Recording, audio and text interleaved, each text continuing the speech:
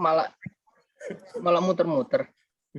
Baik, Assalamualaikum warahmatullahi wabarakatuh. Selamat pagi, salam sejahtera buat kita semua. Waalaikumsalam warahmatullahi Sudah tergabung nih kawan-kawan dari Jigu 15, harusnya 25 ya. Masih 15, nggak apa-apa, mungkin ada yang berkehalangan, ada yang memang sedang di perjalanan atau lupa, nggak masalah. Yang penting ini sudah direkam, nanti bisa di-share, lalu kita berbagi banyak ilmu, kita saling mendukung kebaikan-kebaikan buat bumi ini. Siapa lagi yang bisa menjaga itu kalau bukan kita? Karena ini bukan milik kita, ini milik anak cucu kita, seharusnya dijaga dengan semakin rapi. Nah, pagi ini kita akan berbincang terkait dengan ekoenzim. Nah, biasanya kan disingkatnya EE. Jangan dikasih apostrof belakangnya ya. Nanti jadi dimarahin orang. EE ya, EE. Waka-waka EE gitu. Jadi udah terkenal dari dulu sebenarnya ini. Lagunya siapa itu? Pembuka Olimpiade itu. Shakira. Shakira. Ternyata kawan kita yang cantik ini setelah melalang buana di berbagai negara dan bekerja di berapa perusahaan itu, saya aja bingung bacanya ya, makanya saya nggak berani bacain. Aku bacain CV-nya tuh nggak berani, takut salah gitu. Pfizer gitu. Kalau orang Jawa, kalau orang Sunda itu kemarin ada vaksin dari Pfizer. Pfizer.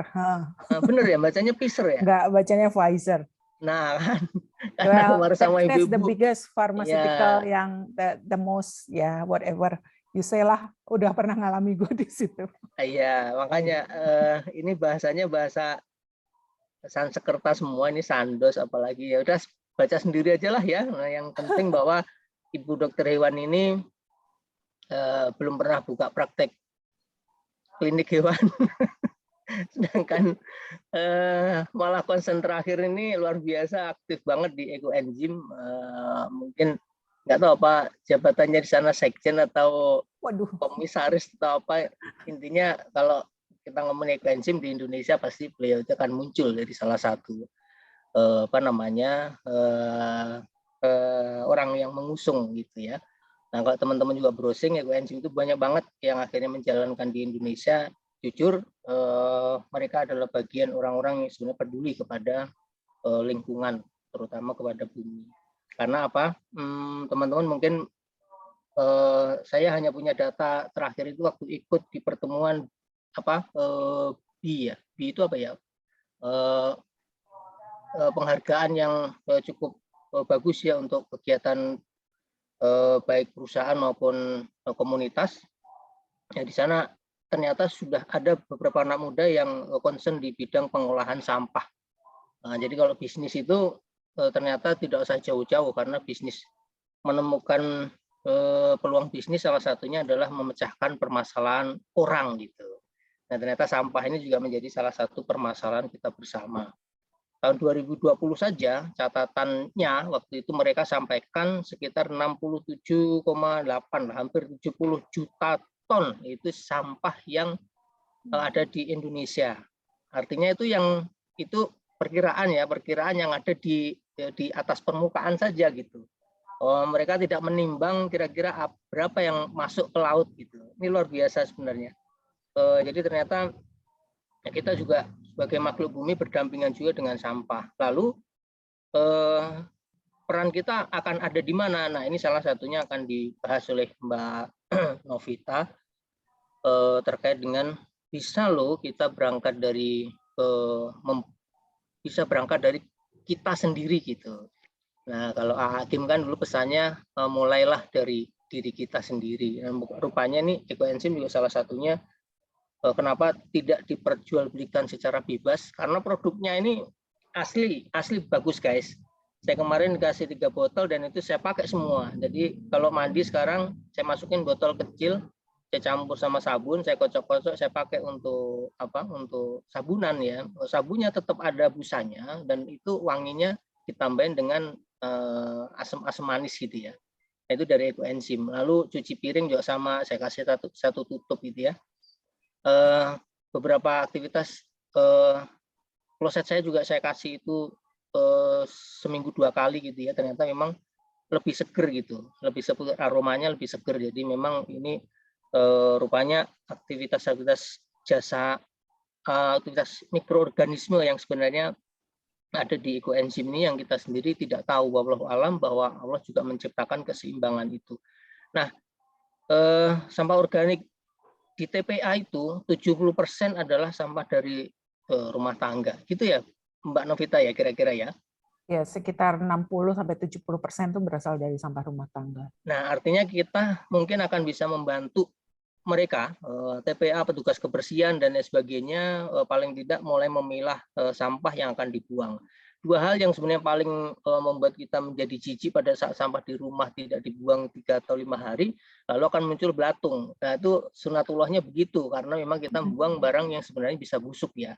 Nah, nanti Mbak Novita akan sampaikan bagaimana sih mengelola limbah rumah tangga yang bisa diolah ulang lalu kita bisa dimanfaatkan, dan selanjutnya ke TPA itu akan sangat sedikit sampah yang menjadi beban bumi gitu ya. Artinya semuanya ternyata bisa dikembalikan kepada manfaat yang real ya, yang bisa kita pakai itu. Nah, tema hari ini menjadi salah satu solusi mengurangi sampah organik. Nah, saya juga sudah lama bergiat di bidang organik. Sampah-sampah organik di rumah saya tadinya sebelum kenal ekoenzim itu saya campur saja. Jadi kulit buah yang bagus pun saya campur. Jadi saya biasanya sediakan karung bekas atau saya beli karung di toko pertanian itu yang untuk tanaman sesuatu ya. Saya kumpulkan aja di situ. Itu ternyata sebulan kemudian sudah berubah bentuk seperti tanah ya. Yang itu biasanya saya pakai untuk nanam-nanam. Jadi saya nanam pun juga sebenarnya sebagian besar udah pakai bahan yang saya bikin sendiri. Jujur saya hanya beli pupuk kimia itu sedikit banget. Kalau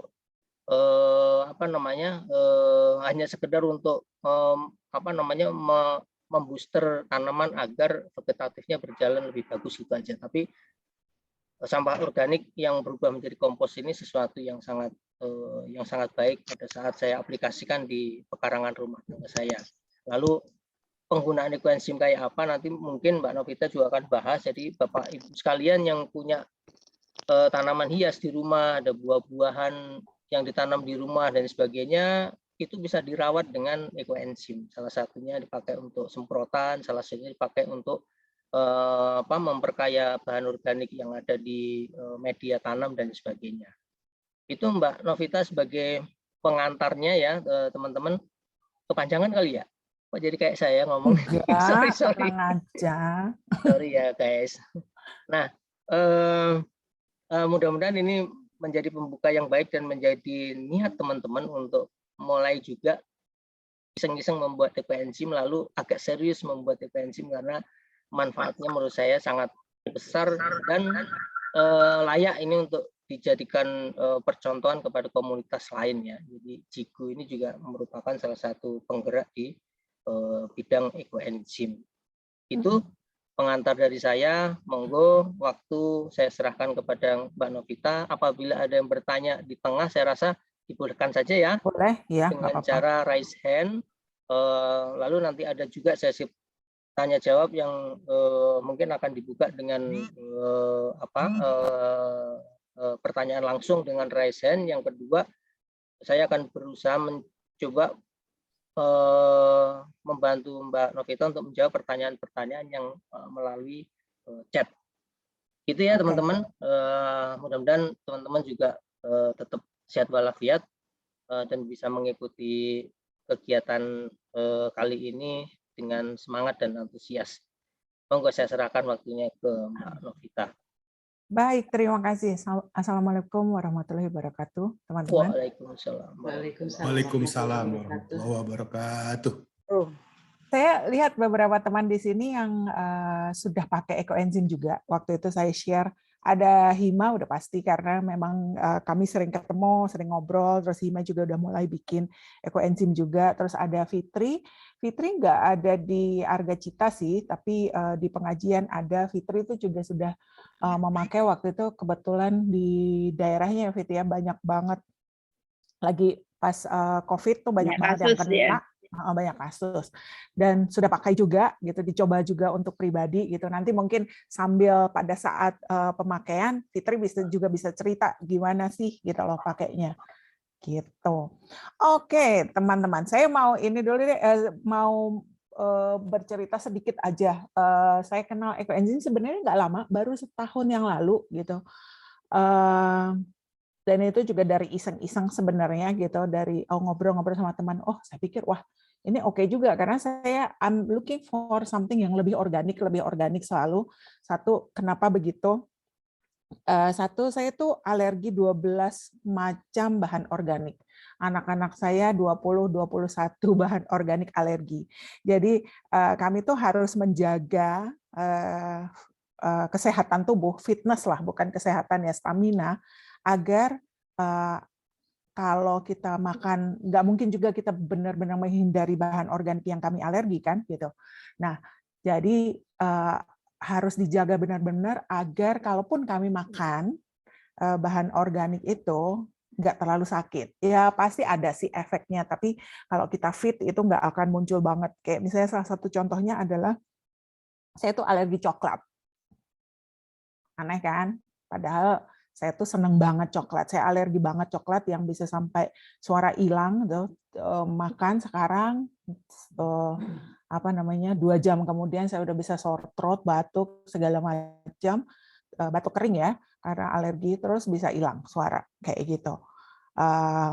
Kalau anafilaktik shock sih alhamdulillah jangan pernah terjadi gitu seperti itu. Tapi alerginya tuh banyak banget yang it's like saya tuh nggak bisa pakai kendaraan umum segala macam begitu, itu nggak bisa karena alergi saya seperti itu. Nah kemudian ketika saya tahu ini baru setahun yang lalu, terus oh kenapa gua nggak bikin ya, terus akhirnya saya bikin. Saya dapat sampel cuma 100 mili doang gitu, terus akhirnya saya bikin dan bikinnya itu yang langsung banyak gitu karena saya pikir oh ini juga bagus untuk pertanian juga. Terus kemudian bagus untuk dipakai sendiri di rumah gitu, bagus juga dikasih ke orang lain gitu. Nah sementara karena saya punya sawah yang sekitar 1 hektar gitu, saya memerlukan banyak banget ekoenzim kan harusnya, tapi panennya kan 3 bulan. Akhirnya saya dapat lagi dari pegiat ekoenzim yang lain. Beliau tuh anggota TNI gitu dan masih aktif gitu, dan aktif banget bikin ekoenzim, bikinnya bisa sampai bertonton gitu loh. Nah dari situ tuh saya terinspirasi, kenapa ya beliau aja yang sibuk juga gitu ya. Ya saya juga sibuk sih waktu itu, tapi maksudnya beliau tuh harus datang pagi harus jam 7, sementara kan saya bisa ngantor dari jam berapa aja anyway gitu kan. Itu aja beliau masih menyempatkan untuk membuat ekoenzim. Dan ketika saya minta nih untuk sawah, saya nggak cuma dikasih 100 mili atau 1 liter. Ada kali sekitar 50 liter. Yang saya tuh sampai miss, kan dia juga keluar uang untuk itu. Nah, rupanya terus kemudian saya ikut di WhatsApp group komunitas ekoenzim Nusantara namanya gitu. Ini komunitas ya, jadi kami bukan kayak yayasan atau apa gitu, enggak, tapi ini komunitas, jadi everything itu self funded dari donasi kita sendiri, melakukan apa-apa kita semuanya sendiri, kita juga nggak cari dana, kita juga tidak menjual ekoenzimnya gitu. Kenapa kita tidak menjual ekoenzimnya? Satu, alasannya adalah kalau misalnya ini diperjualbelikan, orang-orang tidak akan punya eagerness, willingness lah untuk mengolah sampah organiknya sendiri. Itu satu. Gitu. Terus berikutnya ya jadi akhirnya jadi komersial lagi. Padahal tujuan utamanya ketika ini ditemukan bukan untuk itu. Oke. Nah, quiz dulu deh. Saya mau quiz dulu, survei dulu deh. Survei dong. berapa sih pengeluaran per bulan nih ibu-ibu, bapak-bapak mungkin tahu juga kali ya, gitu.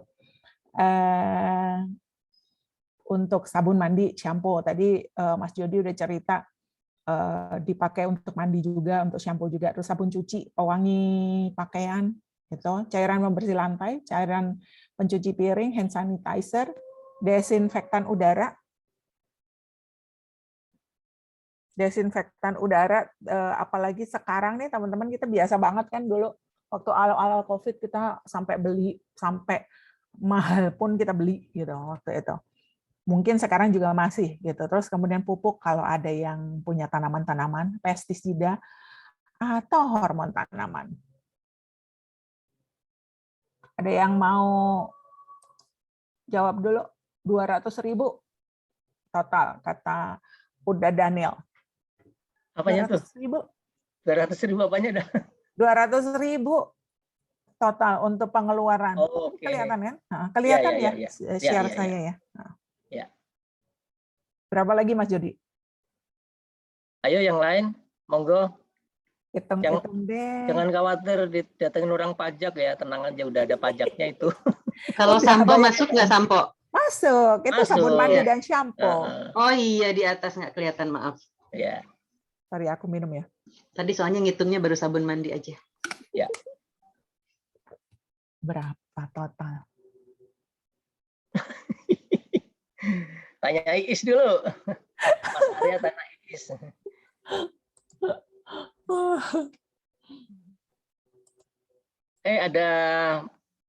Ada Mr. Agus dari Australia.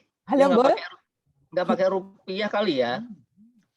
Mas Agus pakainya dolar. Mas Agus nih sobatnya Narsum. Ah, itu dia. 1 juta, ada yang 1 juta Mbak Winda. Mbak Lin nggak dihitung, terutama yang beli susu nggak dihitung Mbak Lin ya. 1 juta, jarang ngitung. Boleh tanya untuk sabun mandi dan shampoo bagaimana nanti ya? Ada sesinya. Di Yuni mana? Di Yuni kok nggak ada suaranya nih? Gak pernah beli sabun. Nggak tahu. Dia pakai tanaman kayaknya. Iya. Langsung petik dari pohon ya? Iya. Berapa tuh average? Ada 1 juta. Tadi Winda sekitar 1 juta. Ini untuk semua ya, seluruh keluarga. Iya, kayaknya iya. Kebetulan Indah punya kos-kosan, jadi mungkin Indah sekarang ini lebih banyak untuk ke disinfektan ya, jadinya ya mungkin kurang lebih segitulah pengeluaran setiap bulan. Wow, yes. 1 juta. Mbak Winda berarti punya sampah banyak juga ya? Ya kalau sampah yang gitu enggak sih, karena anak-anak kos kan pada beli ya, apa tuh namanya istilahnya, mereka pakai Gojek apa Gosen gitu. Kecuali kalau saya untuk saya yang saya baru pakai itu. Oke. Saya masak sendiri. Kalau untuk sampah enggak sih, yang palingan sampah itu ya kayak dus-dus itu aja sih yang banyak. Ada ralat tuh dari Daniel. Sampai 500.000, Yuni 100 sampai 200.000. Oke, fine. Evel harus jawab tuh. Ini kira-kira segitu. Evel 500 pakai aja lah. Kenapa pakai aja lah? Biar nggak ditawar. Aduh. Harga pas. Mas Agus, apa kabar Mas Agus? Halo, kabar baik Mas Jody ya? Nah itu dia. Ayo itu Mbak Novi nanya itu loh. Mbak Novi nanya per bulan rata-rata untuk kebutuhan itu tadi tuh sabun mandi, cuci. Kalau itu banyak banget pasti dia. Nggak pernah pakai kelihatannya ya. Masa? Karena dia kalau di kamar mandi itu bukan mandi soalnya. Cuci muka doang ya. Nggak pakai doang, nggak pernah beli mungkin. Pakai doang nggak pernah beli. Iya. Oke. Ya kira-kira deh. Area kurang tuh 10.000 di apa? Oh, iya. Oke, Mbak Novita, apalagi? kira-kira. Nah, kita lihat ya, jadi sekitar ya ada yang mungkin 100.000 sangat minimal gitu. Ada yang bahkan sampai 1 juta. Di grup-grup yang lain tuh average nih adalah sekitar 400.000 gitu sebulan gitu untuk segala sesuatu ini gitu. Di luar pupuk ya, waktu itu saya cuma nanya apa namanya yang dipakai sehari-hari gitu, 400.000. Oke, next. Pertanyaan berikutnya nih, saya mulai dengan pertanyaan-pertanyaan nih. 400.000 kalau beli mie ayam Kosim udah dapat berapa ya? Nah, berikutnya nih, berapa jumlah sampah per minggu?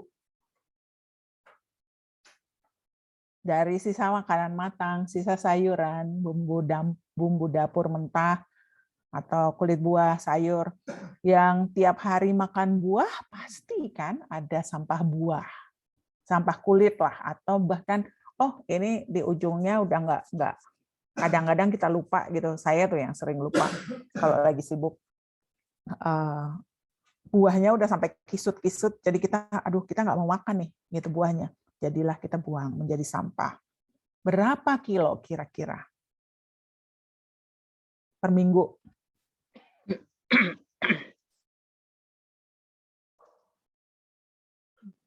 Ini mungkin pertanyaan saya tadi ke Mbak Winda ya, yang punya kos-kosan ya. Ini terkait dengan sampah bekas kemasan ya, kan ada yang sudah ramah lingkungan pasti pakai craft gitu ya. Yang belum paham terkait. Nggak pernah pula ya Indah timbang-timbang ya. Cuma kalau setiap seminggu itu Indah minta untuk ambil sampah itu yang tadinya hanya seminggu sekali karena anak-anak pada WFH itu sekarang ini minimal itu seminggu 3 kali. Tapi Indah bedain sampah yang basah sama yang kering. Maksudnya karena Indah nggak punya tanaman jadi nggak ada untuk tanaman, nggak ada untuk box yang dus-dus sama yang plastik sama yang sisa makanan itu berbeda. Paling banyak itu yang box ya. Jadi bisa sampai 2 tong sampah yang isinya 240 liter ya. Segitu. Mungkin sekitar seberapa ya? Ya mungkin 50 kiloan mungkin kalau untuk sampah yang sisa-sisa ini ya, yang untuk masak ya, istilahnya yang basah lah. Sekitar segitu ya. Iya. Tapi kalau yang plastik sama kardus mungkin lebih lah, karena kan sama bapak sampahnya dikiloin tuh sama mereka. Oke. Paling nggak bapak sampahnya ada lah ya yang dia akan kiloin gitu ya. Saya memang kalau untuk sampah dus box itu saya lipatin, saya bagus-bagus. Saya bilang sama anak-anak, tolong ini untuk rezekinya bapak sampah. Jadi kalau ada box yang bagus, kamu buka aja plesternya, kamu rapihkan gitu loh. Jadi dia sisa ngambil aja gitu. Oke. Berarti paling nggak yang untuk dus-dus udah ada ya? Gitu. Ya, udah ada. Mungkin ya sekitar antara 10 kilo, 30 kilo mungkin ada lah kalau untuk dus aja ya. Karena kan anak-anak kos tuh pada beli kan, mereka pada ini kan. Jadi kalau box, apalagi yang sekarang itu pakai apa tuh namanya yang sayur ya, fresh apa itu. Nah, tuh mereka bisa beli sampai seminggu sampai berapa kali tuh Indah liatin. Mereka beli itu. Dan jadi boxnya lumayan berat sih. Boxnya lumayan jadinya ya. Oke. Nah, ini kan kita lihat juga jawabannya karena rata-rata kalau misalnya tadi Winda nggak hitung lah berapa ya sampahnya gitu. Tapi kalau di chat box tuh banyak banget yang 30 kilo. Ada 30 kilo sebulan, ada 30 liter, ada 20 kilo sebulan, ada 30 liter karena pakai itu ukurannya di sana kan volume Mas Jody. Terus mikir cairan tadi ya. area kira-kira 20-30, Eiffel 25 kilo gitu. Nah, ternyata kita membuat sampah tuh sebanyak itu tuh. Kalau misalnya itu seminggu, I don't know, walaupun itu misalnya sebulan 30 mungkin sebulan 30 karena semua makanannya habis gitu. Tapi kalau yang masak sendiri ini sisa sayuran ada akar kangkung, ada ujung-ujung serai misalnya. Biasanya udah dipotong duluan sama tukang sayur. Nah, sama tukang sayurnya dibuang kemana tuh? Dibuang. Dibuang aja, nggak tahu. Celokan. Nah, ternyata kita tuh menyampah banget ya. Ternyata dari sini aja itu udah kelihatan, bukan dari kita, oh ya sekitar segitu. Kita nyampah banget, keluar banget sampahnya segitu gitu. Nah, faktanya tadi si Mas Jody juga udah ngomongin, ternyata nih ini di Tempo nih baru 2021 Mei, satu orang Indonesia menghasilkan 0,68 kg sampah per hari. Berapa tuh sebulan? 20 kilo satu orang nih. Kalau ada 4 orang dalam satu rumah, 3 orang deh dalam satu rumah, berarti udah ada 60. Dan di tahun 2020, Indonesia nih, Indonesia doang nih, 67,8 juta ton. Dan 37%-nya adalah sampah rumah tangga. Yang paling gede sampah rumah tangga. Kemudian pasar tradisional. Kita tahu kan kalau kita ke pasar tradisional tuh ada sayur-sayur yang jelek dibuangin gitu, nggak dijual, buang aja begitu aja, diumbrukan sampah itu. Bersama kemasan-kemasan plastik juga yang mereka nggak pakai karena udah jelek, buang aja begitu saja. Nah, dan dari kategori sampahnya nih, saya nggak ambil semuanya, banyak banget sih datanya kalau misalnya kita mau cari ya teman-teman. Tapi kalau kita lihat lagi nih, kategorinya 39,8% sisa makanan. Kayaknya imagine orang petani aja nanamnya lama banget dan susah kan. Tapi ternyata ada hampir 40% loh. Itu adalah sisa makanan dari sampah yang kita hasilkan. Kita ya, saya bilangnya saya juga menghasilkan sampah kan sama.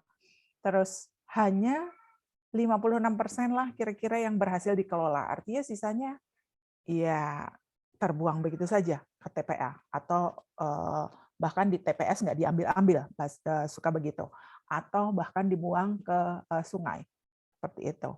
Nah, contoh lagi kalau kita lihat itu tadi Indonesia kayak gitu. Bener nggak sih bahwa secara umum itu memang sampah rumah tangga itu paling gede. Nah, di DKI ternyata juga sama tuh. Sampah rumah tangga itu paling gede. Baru perkantoran, bla bla bla, pasar, kemudian pasar sama gitu, pasar tradisional. Terus kemudian apa itu, kawasan tuh kayak misalnya kawasan industri begitu, dan lain-lain. Nah, yang paling gede lagi-lagi rumah tangga. Artinya kita yang sebagai orang yang ada di rumah-rumah ini itu yang menghasilkan sampah sebanyak itu. Nah, saya mau cerita sedikit ini the way kami tuh komunitas kami, orang-orang di komunitas kami, misalnya di komunitas ekoenzim nasional, ada banyak komunitas ekoenzim, teman-teman, dan kalau di Bogor tuh kita bergabung dari berbagai macam komunitas. Sebenarnya sama aja, cuma karena kita prefer dulu waktu pertama join kemana, jadi kita ikut ke situ kayak gitu sih. Nah kalau di Bogor tuh dari berbagai macam komunitas ekoenzim. Nah yang kami lakukan, cara kami mengolah sampah yaitu tadi ya kayak Winda tadi udah pilah kan sampahnya, terus digunakan ulang. Sampai kadang-kadang aku tuh mikir di rumah tuh kok jadi numpuk banget ya. Kadang-kadang udah bawa tempat sendiri. Saya kalau ke pasar bawa tempat sendiri, bawa tempat untuk beli ayam, ikan, bumbu-bumbu segala macam sendiri gitu. Tapi tetap aja ada yang ada kemasannya yang saya juga nggak bisa hindari. Nah, itu akhirnya yang kami lakukan adalah dipilah. Jadi rumah tuh udah ya benar jadi kayak gudang sih sampai jumlah tertentu nih kayak gini nih. Jadi umbruk-umbrukan. Ini bukan rumah saya kebetulan, tapi ya more or less hampir sama. Jadi ada umbruk-umbrukan, ada kardus, ada plastik, ada macam-macam gitu. Dan juga minyak jelantah. Coba berapa minyak jelantah? Ini ibu-ibu nih. Ini soalnya ini paling banyak nih biasanya. Berapa banyak minyak jelantah yang kita hasilkan dalam sebulan?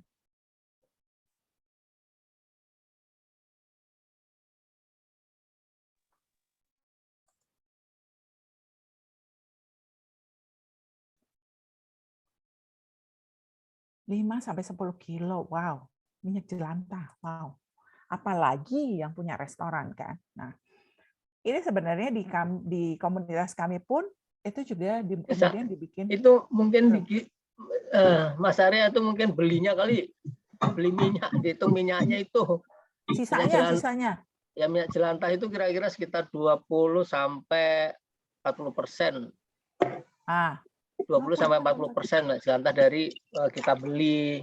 Kita beli misalnya 1 liter atau 1 kilo, ya berarti sekitar 20 sampai 40% ya, karena yang lain kan nempel di gorengannya. Oh ya, Arya jualan itu pecel ayam. Oh, pantesan, siap. Makanya jadi ini ya, banyak sisanya. Kalau gitu Arya harus ganti tuh minyaknya ke minyak kelapa yang jelantahnya nggak banyak jadinya. Oke, itu juga salah satu upaya saya ya. Kalau dulu saya 10 tahun yang lalu saya masih pakai minyak kelapa sawit. Sekarang saya pakai minyak kelapa yang bisa dipakai sampai 6 kali. Gitu. Which kemudian jumlah jelantahnya jadi dikit banget deh. Pokoknya dikit banget deh. Saya berapa ya? 2 tahun tuh mungkin cuma 1 liter. Begitu. Ira tuh udah pakai tuh minyak yang sama. Enggak, bukan merek Barco, ada deh. Saya tidak mau menyebut nama karena nanti iklan.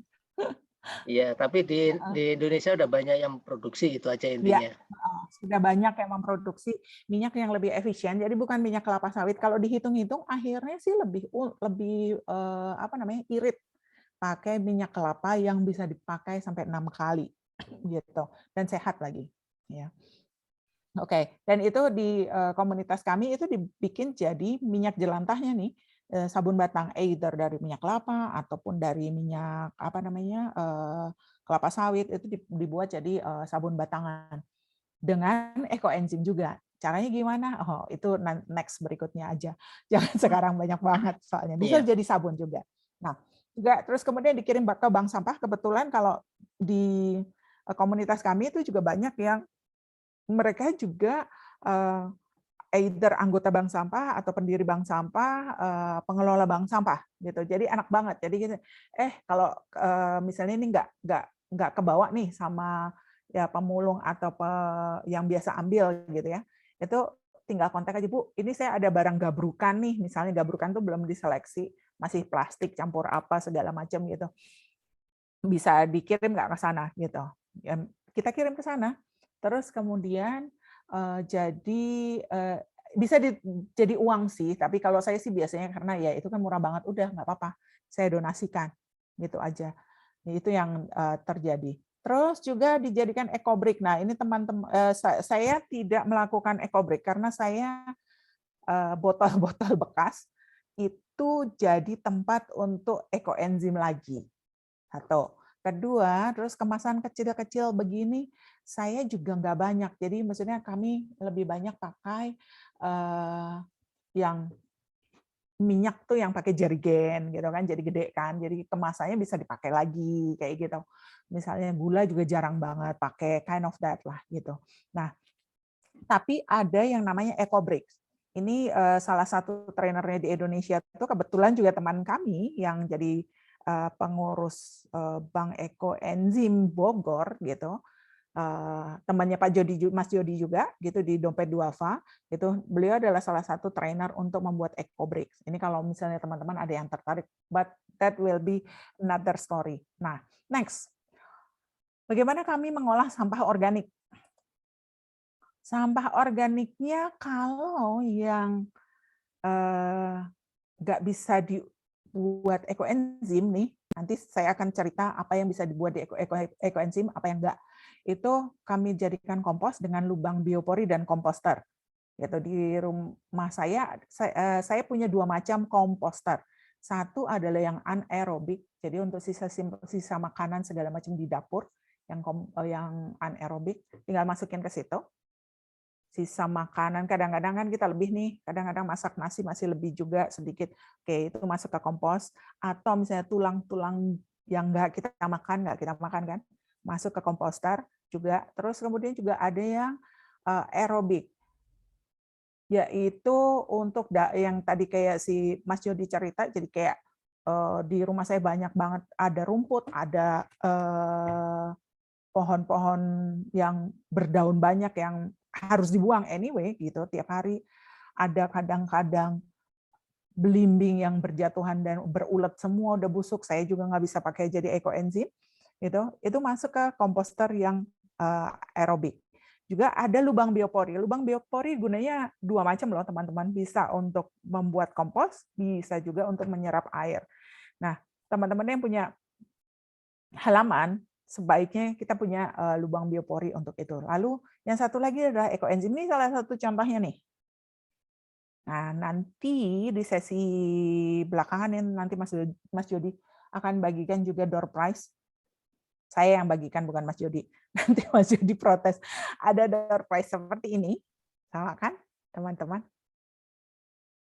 Ya. Yang akan kita bagikan untuk beberapa teman-teman yang beruntung. Tapi ada pertanyaannya tentu saja nanti. Oke. Next, apa sih ekoenzim kok? Namanya kayaknya ekoenzim. Nah, kalau di luar sebenarnya teman-teman ada yang menamakannya sebagai garbage enzyme karena bahan-bahannya itu kita ambil atau kita kumpulkan dari sampah gitu, disebutnya garbage enzyme. Tapi di Indonesia dan let's say di Thailand itu kita sebut, di Malaysia kita sebutnya sebagai ekoenzim. Why? Because we are doing ecological thing gitu dan membuat enzim. Dan caranya gampang banget kok. Isinya apa sih? Gula. Saya tunjukin ya bahannya biar tahu. Gula merah. Ini merah ya, bukan gula pasir. Atau molase. Molase adalah tetes tebu. Kalau kita mau sekalian juga mengolah bahan yang quote and quote menjadi limbah gitu, kita pakai molase. Saya kalau bikin banyak banget, karena saya bikinnya sekali bikin tuh 15 liter, kita pakai molase. Gimana Mas Yudi? Ya, siap. Lanjut. Oke. Lalu ini sisa buah dan sayuran. Ada sisa buah. Ya, sorry. Ada pertanyaan? Oke. Oke. Lalu sisa buah dan sayuran. Jadi kalau gulanya nih satu bagian, gula merah ya teman-teman, yang bukan di apa namanya rafinasi lah pokoknya gitu. Itu gula merah. Kristal ya. Iya, bukan yang kristal, bukan gula batu. Jadi warnanya tetap coklat gitu. Dan sisa sayuran atau buah. Ini ada kulit buah naga nih, hasil saya makan buah tadi pagi. Terus ada jeruk sambal yang saya kelupaan. Ada kenikir yang udah hampir layu. Ada potongan serai yang tadi sisa saya masak pagi gitu. Nah, ini semuanya nanti akan masuk. Saya kebetulan sedang membuat ekoenzim juga dan isi bahan organiknya masih kurang. Saya membuat 15 liter beberapa hari yang lalu, 15 liter air gitu. Jadi gulanya sekitar 1,5 kilo. Saya pakai molase karena sebanyak itu. Terus kemudian sisa buah dan sayurnya saya perlu 4,5 kilo. Nah, kadang-kadang kan ada yang 4,5 kilo, kan nggak bisa sekaligus dong. Iya, orang buah naga ini paling juga cuma berapa tuh kulitnya? 1 ons doang gitu. Nah, jadi saya membuatnya dengan cara nyicil, masukin sisa buah dan sayurnya. Jadi ini bisa dicicil selama berapa lama? Sekitar 2 minggu gitu. Jadi nggak kemudian yang harus hari itu juga selesai, enggak. Kita bisa nyicil kalau kita konsumsinya cuma sedikit-sedikit nih. Saya kan jarang masak, cuma sekalian nggak apa-apa, boleh gitu. Bikin aja kayak misalnya ini, pakai wadah yang ini, nggak harus juga wadahnya gede-gede, ini 5 liter.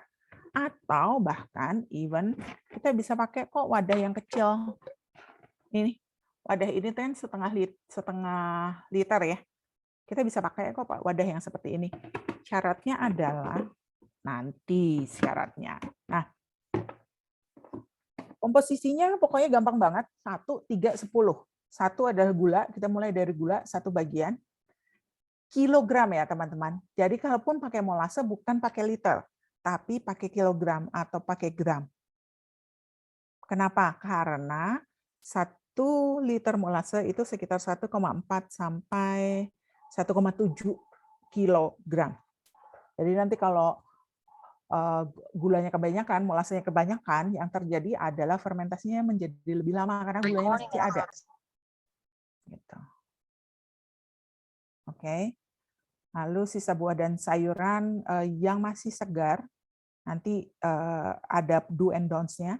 Terus kemudian airnya bisa air keran. Kalau pakai PDAM yang pakai kaporit harus didiamkan dulu, teman-teman. Air hujan, air tampungan hujan ya, itu juga didiamkan dulu semalam. Air buangan AC juga boleh, gitu. Daripada terbuang percuma kan. Air kalau mau iseng pakai air apa namanya Clio atau Amidis, mineral boleh aja, nggak apa-apa, gitu. Nah, penemunya siapa sih? Gitu. Penemunya ternyata orang Thailand.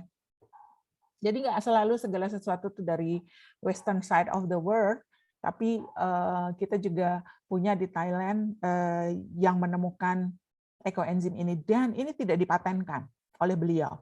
Kenapa? Karena beliau ingin semua orang bisa membuat ekoenzim sendiri, gitu, dan boleh menggunakannya sendiri juga, atau bahkan dibagi buat orang lain. Penemunya Dr. Rosukon Pompamfon, sekarang umurnya udah 70 tahun lebih, teman-teman, dan sudah sepuh ya. Beliau pendiri Asosiasi Pertanian Organik Thailand dan melakukan penelitian sejak tahun 80-an, dan itu baru kemudian final dalam tanda petik gitu sekitar 30 tahun kemudian, means jadi 2010 itu baru kemudian dibagikan kepada semua orang setelah penelitian 30 tahun gitu. Nah, kok bisa ya, biasanya kan orang Thailand, dan beliau itu lebih banyak apa ya, kayak apa namanya, di monasteri gitu. Jadi nggak actively mengkampanyekan ini, tapi beliau punya beberapa murid ya. Salah satunya adalah ini, Dr. Joanne On, seorang peneliti naturopati dari Malaysia, dan beliaulah yang menyebarluaskan ini ke Asia, gitu, terutama di Indonesia juga. Dan kita sering ada kayak sesi gitu, seminar, webinar dengan Dr. Joanne ini, gitu. Nah, berapa lama sih pembuatannya? 3 bulan di wilayah tropis, 6 bulan di subtropis. Jadi Gus kalau mau bikin 6 bulan ya Gus fermentasinya di Geelong sana, karena lebih dingin. Kalau di Indonesia kita 3 bulan. Dan apakah berarti bahwa 3 bulan harus panen, harus banget harus dipanen? Enggak juga sih, gitu. Lebih-lebih juga nggak apa-apa gitu, karena makin lebih akan lebih lama, tapi tidak lebih dari 6 bulan ya teman-teman. Hasil fermentasinya akan lebih baik. Hasil akhirnya ada bermacam-macam yang terjadi, karena ini kita terkait dengan mikroorganisme yang melakukan fermentasi yang kita nggak bisa kontrol apa aja mikroorganismenya. Nah, kalau baunya segar seperti tape nih, tape atau apa ya, bukan cuka ya, kalau cuka kan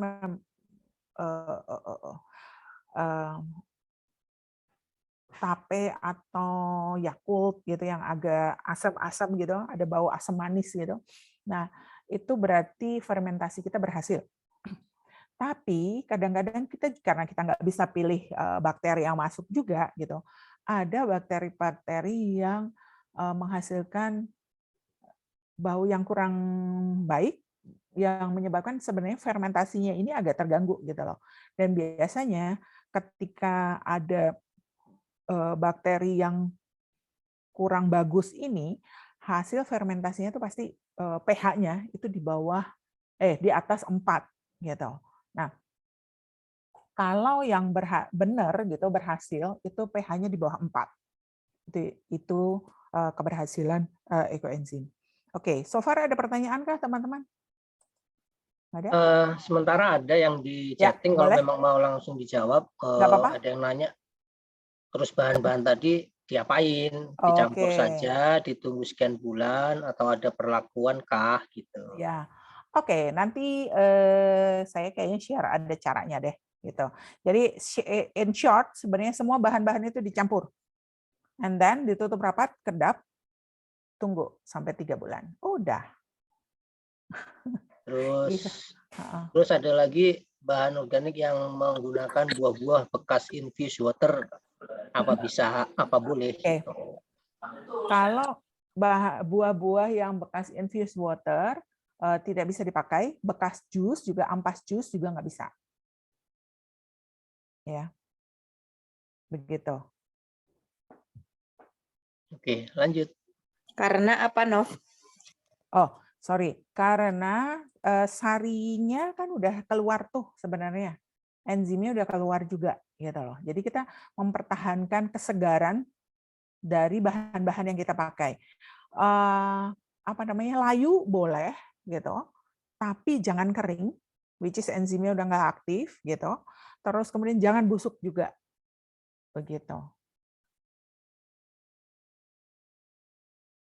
Oke, saya lanjutkan ya. Nah, ini tadi Mas Jody udah sempat sampaikan. Kenapa sih kita buat ekoenzim? Kalau saya sih salah satunya juga ini. Sebelum saya kenal ekoenzim, saya sudah membuat kompos sebenarnya. Ada komposter anaerobik dan aerobik, karena saya menyadari saya menghasilkan banyak banget sampah organik yang sengaja ataupun enggak gitu. Hasil masak sih mungkin sedikit karena lebih banyak beli.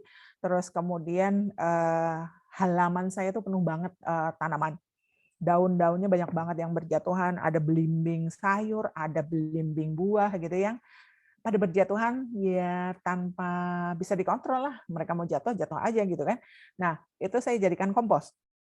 Jadinya gitu. Ada komposter organik, anaerob, ada komposter aerob, ada komposter biopori juga gitu yang saya buat.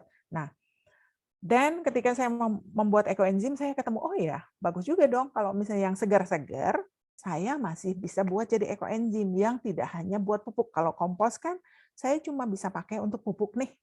Gitu. Atau POC saya cuma bisa pakai buat pupuk nih. Kalau POC kan boleh kan pakai yang agak busuk-busuk, segala macam, nasi pun juga matang dimasukin boleh gitu. Tapi kalau ekoenzim kita harus pakai yang segar. Nah, sometimes tuh belimbing yang berjatuhan itu juga banyak yang masih segar. Terus saya juga punya daun sirih itu banyak banget. Kadang-kadang kita harus trim kan daun sirihnya. Nah, itu saya masukin ke ekoenzim. Karena saya nggak mau ini nih menjadi kontributor 60% sampah yang terbuang di TPA. Gitu. Nah, mungkin teman-teman yang di Bandung atau berasal dari Bandung pernah ingat ya waktu itu di TPA Lewi Gajah itu pernah terjadi yang longsor terus kebakar gitu karena gas metana sampai ada korban beberapa tahun 2005 tuh kayaknya. Nah, kayak gitu tuh kejadiannya. Kalau sampah-sampah organik ditimbun di TPA menghasilkan gas metana yang gampang terbakar, mencemari juga, merusak ozon juga. Nah, nih salah satu contoh yang rumahnya di kota wisata dan sekitarnya, ini di Bantar Gebang.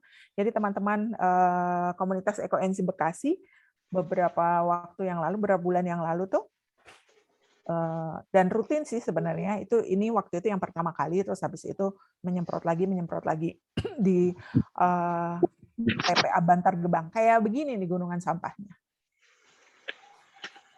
Gitu. Dan ini adalah kita berkontribusi loh menghasilkan sampah yang sebanyak ini. Gitu. Nah, waktu itu teman-teman melakukan penyemprotan agar baunya menjadi berkurang.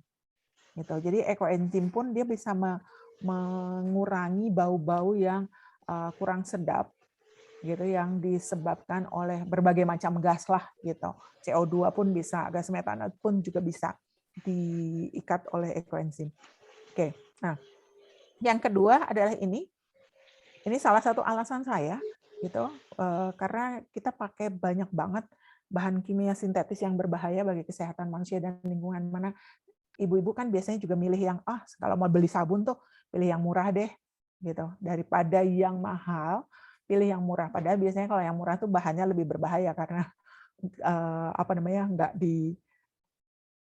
nggak diambil yang lebih aman gitu ya, lebih yang penting murah gitu. Nah, seperti itu. Ada pertanyaan lagi kah? Sementara bukan pertanyaan sih, tapi pertanyaannya sederhana sih, pada saat nyicil tadi perlu ditutup atau tidak? Ya, oke. Jadi pada saat nyicil tetap, jadi setelah dimasukin teman-teman, tutupnya tuh harus yang rapat ya teman-teman. Either pakai drat begini nih, Atau ini kita bisa, kalau kita nggak yakin itu terlalu rapat nih, kita bisa lapis dengan plastik lagi. Plastik, jangan tas kresek hasil daur ulang ya. Nanti baunya akan masuk ke dalam ekoenzimnya. Jadi kita pakai plastik yang nanti kita bisa pakai lagi juga berulang-ulang. Itu jadi nggak sekali. Ini pun tempatnya juga bukan tempat baru, tapi saya beli bekas gitu. Atau kita punya kadang-kadang toples yang kita bisa pakai di rumah, kita pakai aja. Jadi di rumah nggak ada yang terbuang. Jadi tetap harus kita tutup rapat, teman-teman. Jangan dibuka. Kenapa kalau nggak dibuka? Kalau dibuka nanti bisa ada serangga masuk, ya. Terus kemudian bakteri yang kurang baik juga bisa masuk, gitu. Yang menghasilkan satu, bisa timbul maggot. Ada belatung ya, dalam tanda petik kita bilangnya belatung. Kalau yang bertelur di situ adalah BSF, black shoulder fly, ada maggot di dalamnya gitu. Jadi nanti selain panen ekoenzim, teman-teman juga akan panen maggot gitu, dan itu buat ibu-ibu kadang-kadang menjijikan, pasti nggak mau deh pakai gitu. Nah, tetap ditutup rapat, teman-teman ya. Namun mulai menghitung hari 1 ke 90 atau ke 3 bulan itu dari terakhir kita memasukkan bahan organik yang terakhir untuk memenuhi jumlah takaran gitu. Gitu Mas Jody? Ya, sip. Mudah-mudahan difahami teman-teman ya. Nah, tetap komposisinya adalah 1, 3, 10 ya, rumusnya itu ya. Lalu ada juga pertanyaan dari Mbak Nur Rahmawati, apa bedanya ekoenzim dengan mol atau pupuk cair? Iya, tadi saya sudah sempat sampaikan sedikit. Kalau POC kita bisa pakai bahan iwan yang busuk, yang matang pun kita bisa pakai, ya. Tapi kalau ekoenzim kita pakai yang segar. Segar tuh maksudnya tidak dimasak atau tidak kering dan tidak busuk seperti itu. Nah, kegunaannya pun kalau POC cuma bisa untuk pupuk. Tapi kalau ekoenzim ya tadi nanti saya akan sampaikan lagi kayaknya setelah ini deh. Kegunaannya macam-macam. Jadi tidak cuma buat pupuk saja gitu. Ya, Mbak. Nah, kegunaannya apa? Nih salah satunya ini di Denpasar itu sudah dilakukan penyemprotan rutin ekoenzim. Terutama ketika COVID-19 mulai merebak gitu. Jadi dari awal, makanya di Bali itu cepat banget kan menjadi daerah hijau gitu karena rutin disemprot. Nah, ini saya tampilkan beberapa foto dari sumbangan komunitas kami Ekoenzim Nusantara Jabodetabek, hanya Jabodetabek saja ya, ke Kudus. Ini di Kudus waktu merebak varian Delta yang gila-gilaan, tiba-tiba tinggi banget di Kudus itu, dan Pati gitu. Nah, mereka meminta bantuan sih sebenarnya waktu itu karena jumlah ekoenzim yang ada di sana itu masih kurang untuk bisa melakukan penyemprotan rutin seminggu sekali, disemprot kayak begini, disemprot seperti itu. Jadi instead of pakai bahan kimia, kita pakai ekoenzim, which is lebih aman lah ya karena memang organik begitu. Nah, waktu itu kami menyumbang sekitar 3.300 liter. Berarti berapa tuh? Ya sekitar 3 ton lebih lah. Hampir 3,5 ton lah gitu. Dibagi ke 2 kota ini, Kudus dan Pati gitu. Dan ini yang menggerakkan di sana untuk berinisiatif meminta sumbangan dan juga berinisiatif untuk menyemprot adalah juga para sukarelawan atau pegiat ekoenzim di daerah tersebut. Gitu, teman-teman. Ini salah satu yang dilakukan. Di Depok juga sudah dilakukan sebenarnya, tapi mungkin nggak ke semua tempat ya, teman-teman. Di Bogor pun juga dilakukan. Gitu. Makanya cepat banget kemudian menjadi turun gitu. Nah, untuk manfaat sehari-hari. Nah, tadi kalau POC kan cuma bisa buat pupuk tuh. Kalau ekoenzim bisa dipakai untuk membersih lantai. Saya pakai ekoenzim untuk membersihkan lantai di rumah. Pembersih rumah tangga alami maksudnya untuk membersihkan kompor gitu ya. Terus kemudian sabun cuci gitu. sabun cuci piring maksudnya, sabun cuci tangan itu pakai itu. Saya pakai itu, saya campur pakai sabun cair, jadi setengah sabun cair, setengah ekoenzim gitu. Terus baru pakai air seperti biasa. Dan hasilnya apa?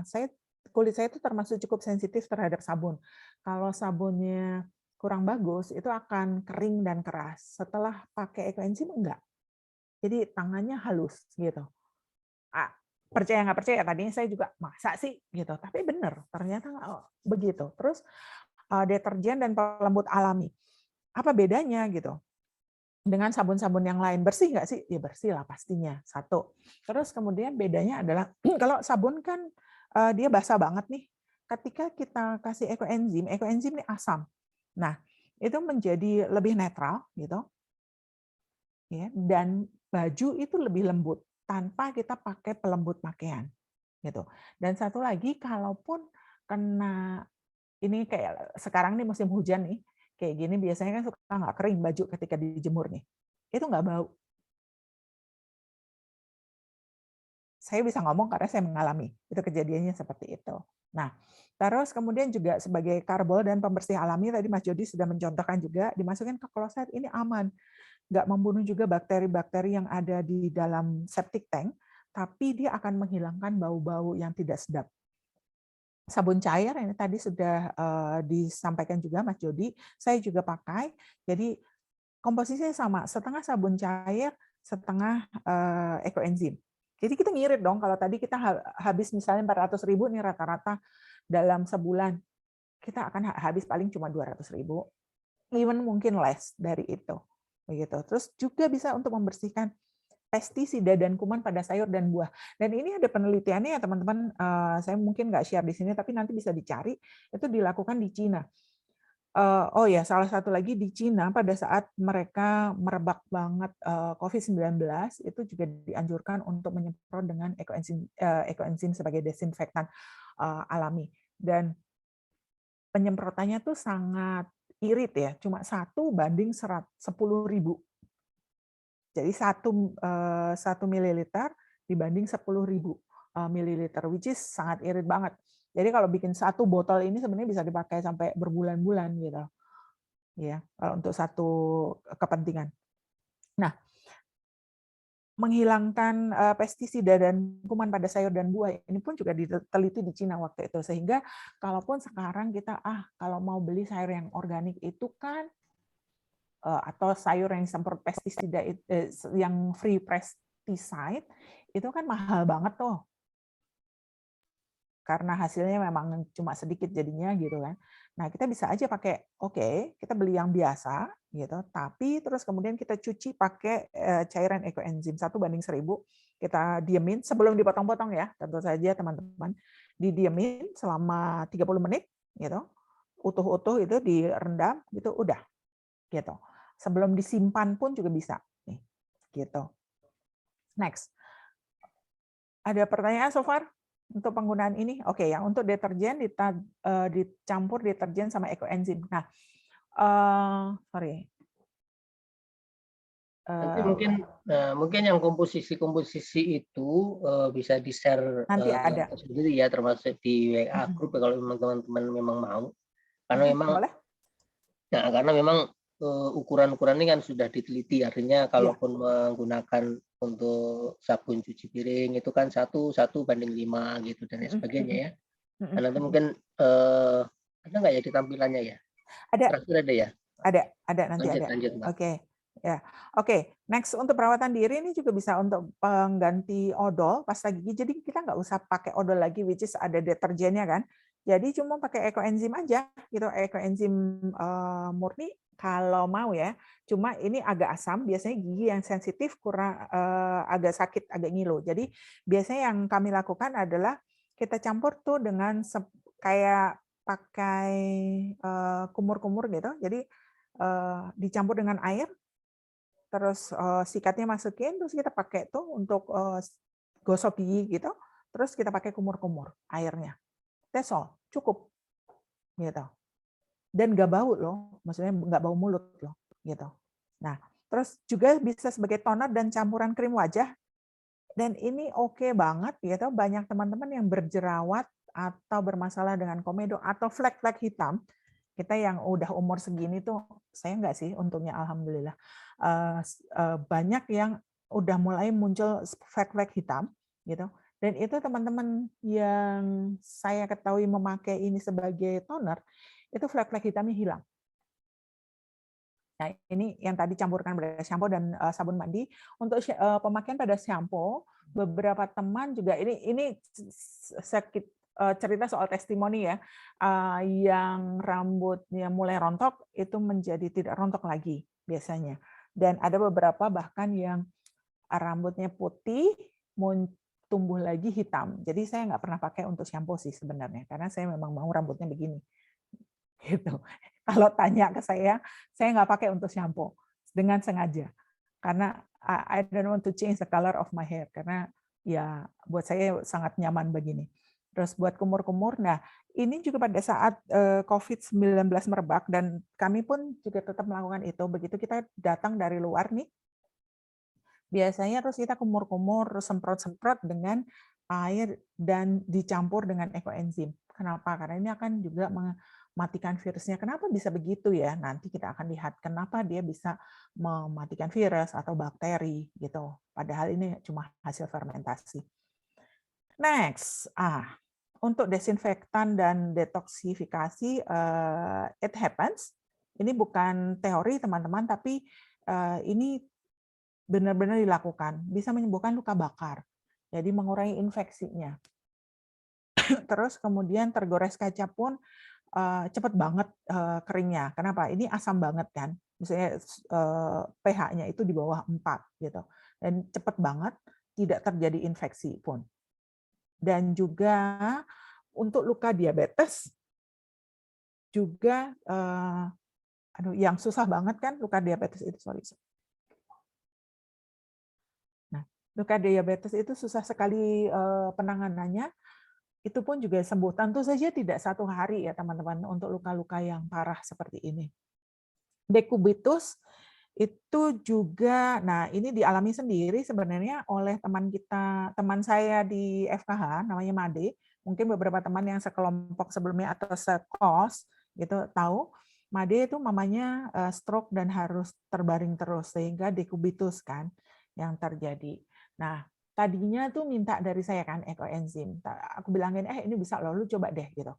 Dipakai bisa. Terus minta lagi, terus lama-lama aku bilang, lu gue kasih sekali lagi ya. Habis itu lu harus bikin sendiri. Kalau lu udah bikin sendiri, then gue akan bagi. Whatever you need, gue akan bagi, tapi sambil lu nunggu panen. Gitu. Nah, sekarang dia tuh jadi kayak kerancingan banget karena sudah membuktikan ternyata tuh luka-luka mamanya yang karena berbaring terus karena stroke nggak bisa ngapa-ngapain itu memang sembuh. Gitu. Nah, mungkin Mas Made ikut juga kayaknya. Ikut, Made ada. Made ada. Nah, Made bisa cerita, Made? Iya. Yang gue paksa untuk membuat, gue ancam deh, lu pakai gue ancam. Ini Made. Bukan Mas, Mbak. Ya, Mbak. Jadi bukan Mas lagi. Ini Mbak. Ini Mbak. Halo. Ya. Made itu Mbak, Mbak, izin bukan untuk Mas. bantu jawab lewat chat ya, yang beberapa saya pahami ya. Biar nggak terlalu banyak pertanyaan nanti pada saat akhir ya. Ya. Oke. Nah, Made. Halo. Ya, itu Made. Gue sambil driving ini sebenarnya actually. Oke, nggak apa-apa, cerita short aja. Ini nggak apa-apa. Ini gue taruh handphonenya, gue sambil nyetir ya. Jadi emang benar. Sebenarnya aku mengenal ekoenzim itu juga karena memang untuk kepentingan mamaku ya awalnya. Jadi awalnya aku nggak tahu apa-apa sih soal ekoenzim gitu. Nah, pas nyoba ternyata ekoenzim ini berapa? Ekoenzim itu sebenarnya aku pakai pertama itu untuk detox gitu sebetulnya ya, karena kulit mamaku itu udah dipakai segala macam salep-salepan, nah itu udah nggak responsif, itu problem utamanya dengan luka dekubitus. Jadi aku detox pakai ekoenzim selama 2 minggu. Nah, memang selama detox itu pasti agak perih ya. Jadi aku awalnya mungkin terlalu pekat, aku turunin sampai nggak perih. Nah, setelah 2 minggu detox, kita stop detoxnya, kemudian mulai pakai salepnya kembali. Mulai pakai salep, dan salepnya juga ada yang dicampur ekoenzim juga. Terus tetap ya pas kita mau pakaiin salep sebelumnya dibersihin dulu, jadi kayak desinfektan. Dan sangat membantu gitu. Jadi sejak itu ya aku bikin terus ekoenzim ya, sampai sekarang aku juga udah bikin ya ratusan liter kali ya. Lu ketagihan kan jadinya kan? Aku punya 26 tong masing-masing kapasitas 15 liter. Ya, Itu benar. all time ya. Setiap saat aku punya segitu. Jadi sebulan itu panen sekitar 60 liter ya panenannya. Ya, gitu. Itu ceritanya Made. Jadi kalau yang daerah rumahnya dekat Made dan mau nyoba gitu, kita bisa kok kasih sampel kok gitu loh. Bisa minta sama Made juga. Ya, karena kan kita punya limbah bahan organik dari dapur ya. Jadi salah satu alasan kenapa kita nggak akan berhenti karena itu. Dapur kita menghasilkan limbah yang harus kita olah sendiri ya. Jadi kita I'm looking for towards zero waste ya. Jadi itu ya gitu. Cuma Made agak trauma kalau misalnya muncul maggot di dalam. Oh iya, kayak tadi pagi, oh my god, maggot ini, dan gue amazed bisa hidup loh. Itu belum gua apa-apain, karena pH juga masih 4,8 ya. Jadi 4,8 masih belum. Nah, jadi aku lanjutin dulu fermentasinya. Itu sebenarnya udah 3 bulan ya teman-teman.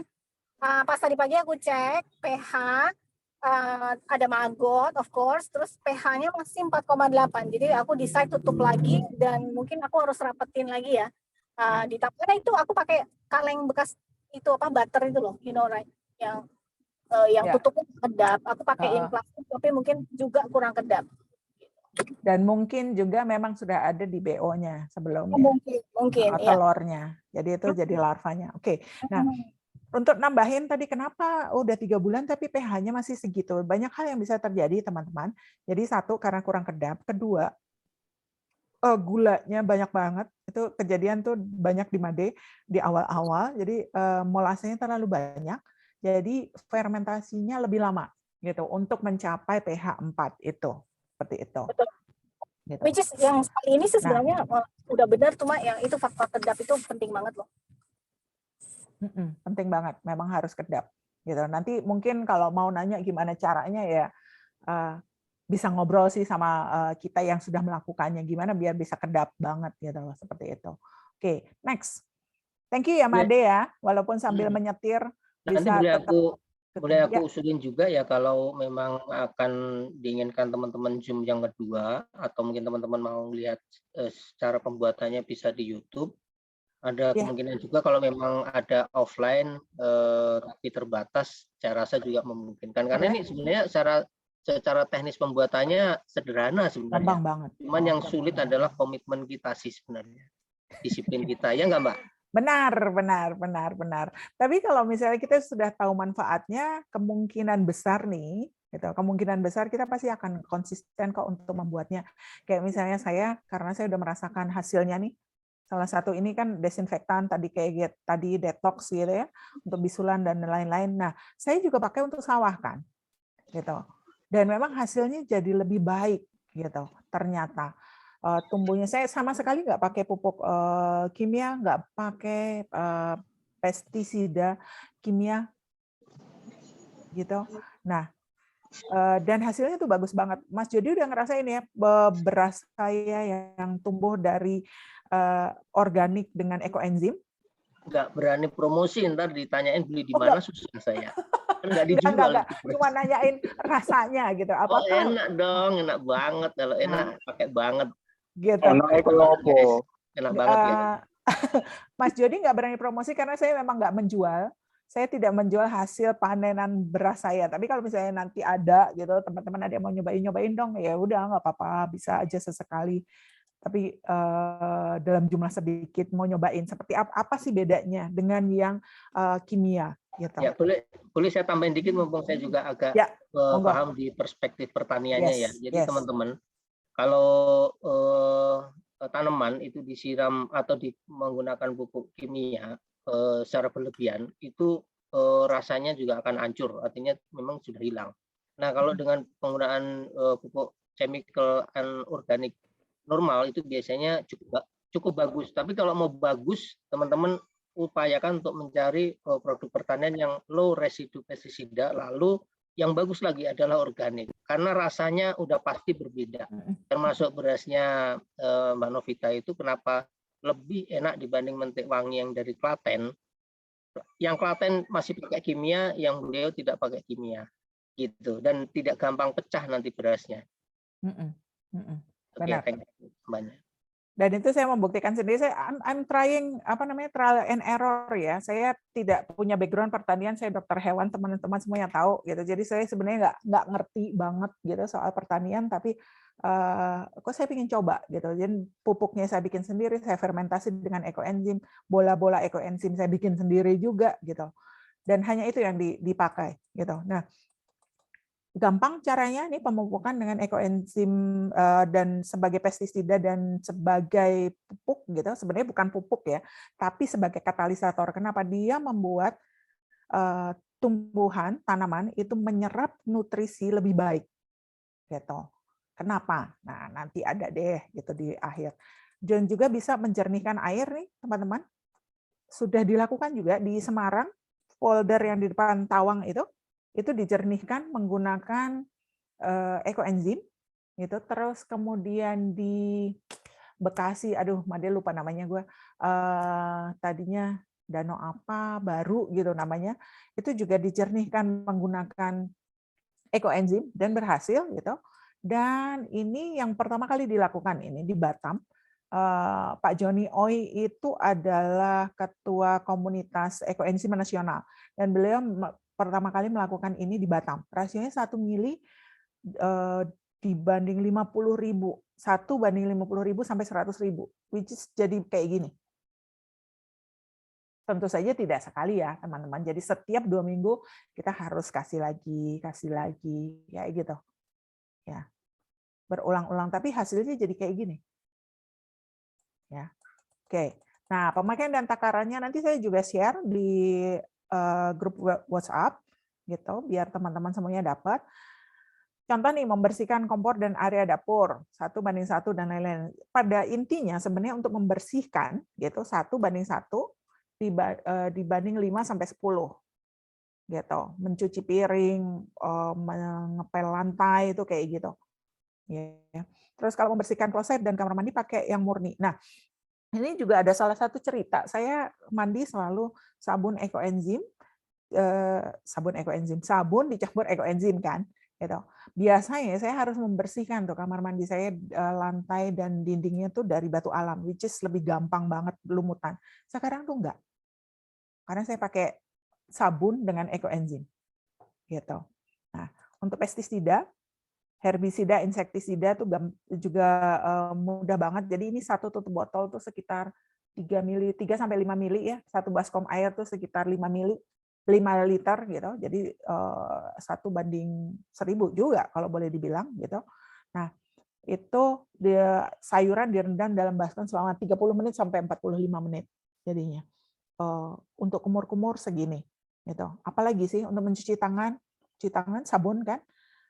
Hand sanitizer, pembersih udara, gitu, detox tubuh nih, banyak dialami hasil baiknya untuk orang-orang yang mengalami stroke, ya, bisa membaik, gitu. I don't know why, gitu, sedang diteliti sebenarnya kenapanya, karena ekoenzim ini tidak didesain sebagai obat, gitu. Tapi untuk detox ternyata bisa gitu.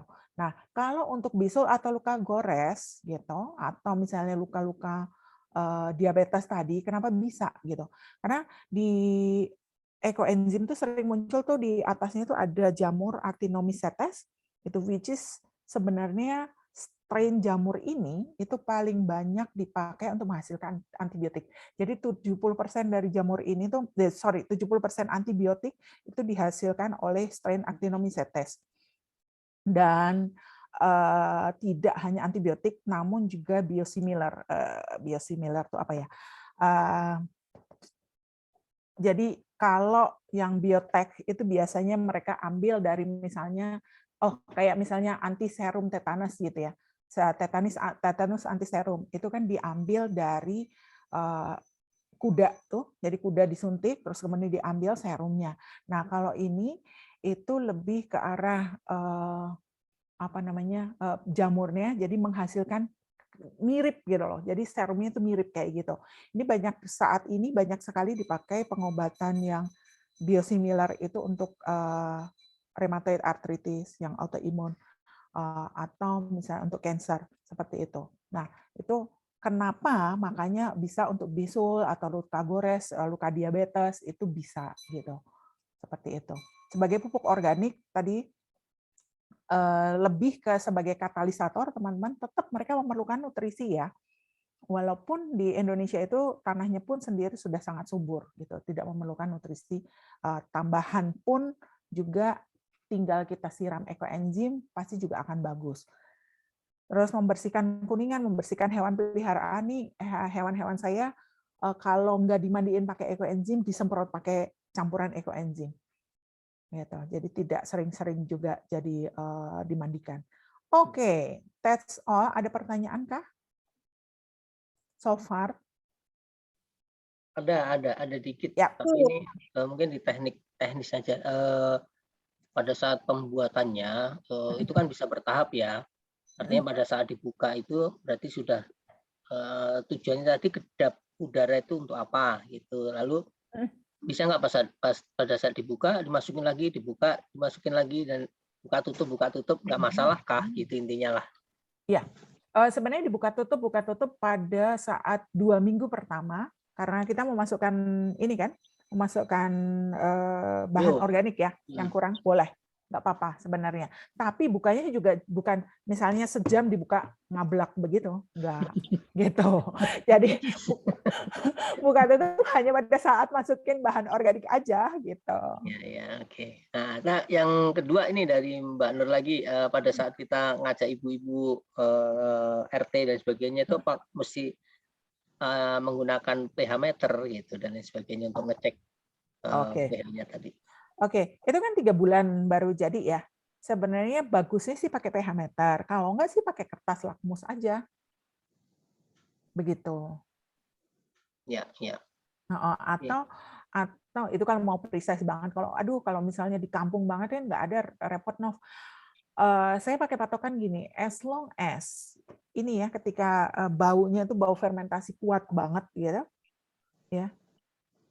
Dan kemudian ketika misalnya kita pakai untuk luka, gitu, kita ada luka nih, kita pakai terus langsung kering, gitu, langsung loh itu maksudnya langsung tuh ya nggak detik sih, maksudnya ada beberapa menit gitu langsung akan kering, gitu.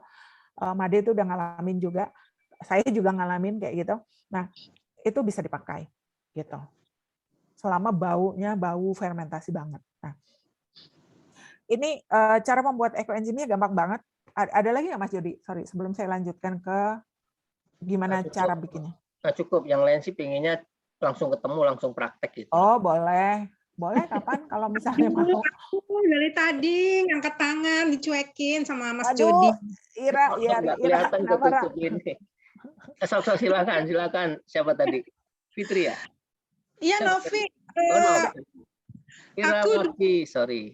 Ira. Silakan. Aku dulu 10 tahun yang lalu, 5 atau 6 tahun yang lalu emang pernah bikin kompos ya di sekolah.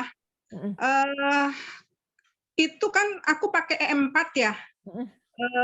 Terus juga pakai campuran yang dirimu itu juga apa namanya? Gula merah ya kan?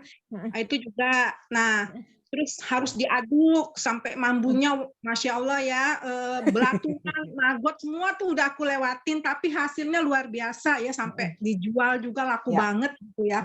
Nah, yang aku mau tanya, terus aku kan bergabung dengan grup hidroponik alumni IPB di Bogor, Pak Zulfikar, mungkin tahu ya Pak Zulfikar Musa ya, yang di Sindang Barang.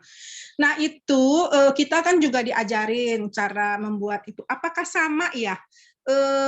Ekoenzim itu dengan lindi ya, lindi air itu ya, air itu cuman bedanya cuman di ininya aja ya, di sayur-sayurannya dia harus yang segar, sedangkan kalau yang untuk kompos itu bisa yang basi-basi, bahkan nasi pun bisa ya, nasi segala macam yang busuk-busuk bisa. Apakah begitu ya, Novi?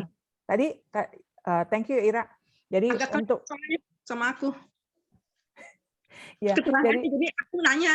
Ya, thank you pertanyaannya. Maksudnya jadi aku bisa jelasin. Aku juga bikin kompos dari bahan-bahan yang tidak bisa dipakai untuk membuat ekoenzim kan, gitu. Nah, lindi itu adalah hasil dari yang kompos tadi. Di bawah biasanya di yang komposter anaerobiko itu di atas isinya adalah yang padat-padat. Nanti setelah beberapa lama airnya akan turun. Nah, air itulah yang disebut air lindi kan, seperti itu. Dan kita harus pakai dekomposer atau tadi apa namanya EM4 juga bisa gitu.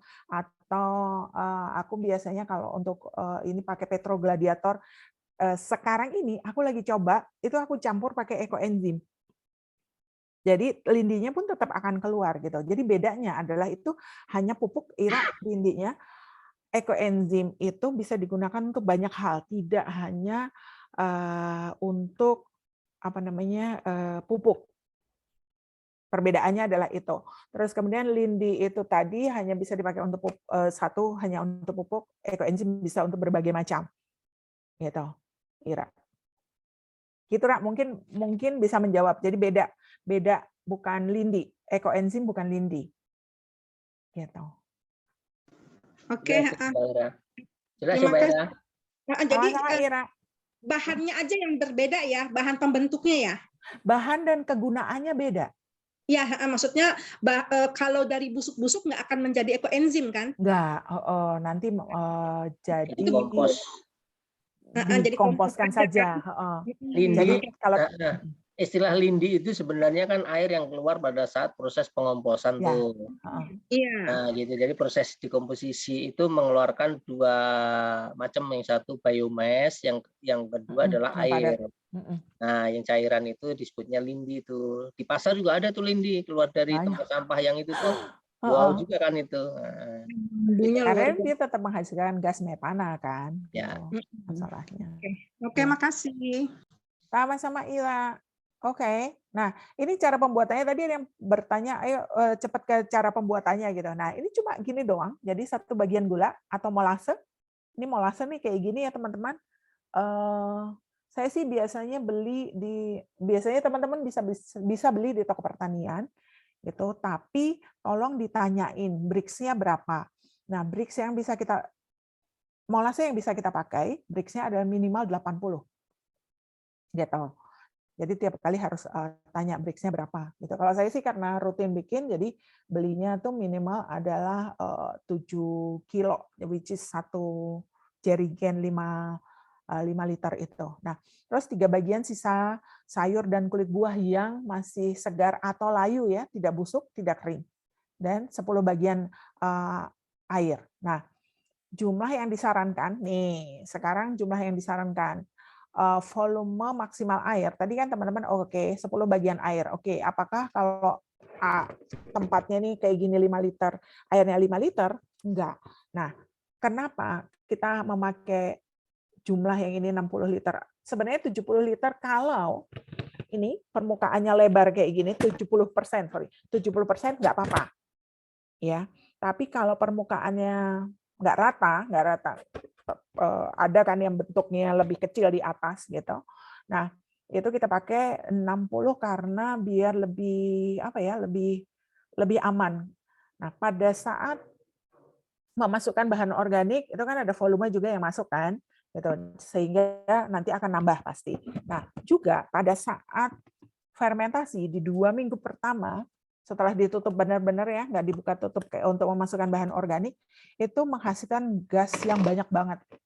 Gitu. Karena di bulan pertama itu yang dihasilkan ada alkohol yang akan banyak banget gasnya. Nah, kalau ininya volume yang kosongnya cuma sedikit, nah ini nih bisa tutupnya bisa meledak nih, gitu ceritanya. Apalagi kalau misalnya ada teman-teman yang pakai, oh saya mau pakai galon aja deh, bikinnya galon bekas tuh, gitu. Nah itu kalau nggak pakai apa namanya, klep satu arah atau pakai selang terus dikasih air di tempat yang lain, wah itu bisa terjadi pesta ulang tahun tiba-tiba di pagi hari biasanya kayak gitu. Nah, wadahnya harus dari plastik, teman-teman. Ya, jangan pakai wadah kaca. Kenapa ya? Itu tadi karena hasil gasnya kan banyak banget, tiba-tiba bisa pecah nih. Dan kita harus kedap kan, soalnya wadahnya tuh harus ditutup kedap. Nah, wadah yang bermulut sempit seperti ini bisa saja sih dipakai, tapi itu tadi pakai apa namanya, selang disambungkan ke air di luar gitu, atau setiap hari harus buka, kendorin sedikit gitu, sedikit, atau atasnya dipakai balon sampai gasnya nggak ada. Kalau mau menggunakan saya adanya yang ini nih di rumah nggak apa-apa, tapi nanti ya silakan ngobrol sama kami yang udah melakukannya gitu, gimana caranya biar nggak meledak gitu.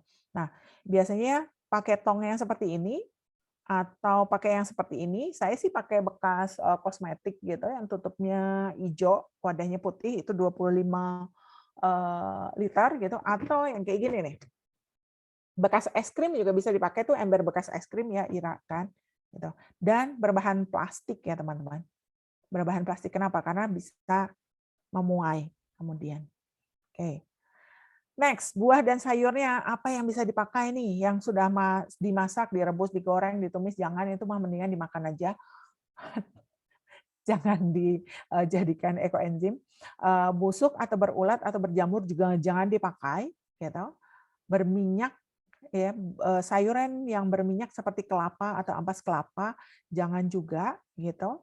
Kering atau keras jangan. Jadi kalau misalnya nanya, oh kulit-kulit buah yang bisa dipakai termasuk kulit durian enggak? Enggak.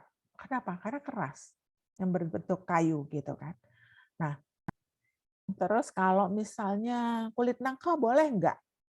Boleh sebenarnya, kan lebih lunak kan, itu cempedak dan nangka tuh boleh, tapi satu, gasnya akan banyak banget. Kedua, terus ketika dipakai mencuci pakaian itu bisa ada stain karena bergetah. Jadi bahan-bahan yang bergetah bisa menimbulkan stain ketika dipakai untuk mencuci ekoenzimnya. Gitu. Nah, langkah pembuatannya gampang banget nih teman-teman. Air 60% dari wadah nih, 60% volume. Let's say misalnya ini 5 liter, berarti saya isi airnya 3 liter. Ya, gulanya kalau 3 liter air berarti gulanya 300 gram. Ya. Lalu buah-buahnya berapa? 900 gram. Terus ditutup rapat deh, gitu. Udah, semudah itu. Nah, cuma ada hal-hal lain.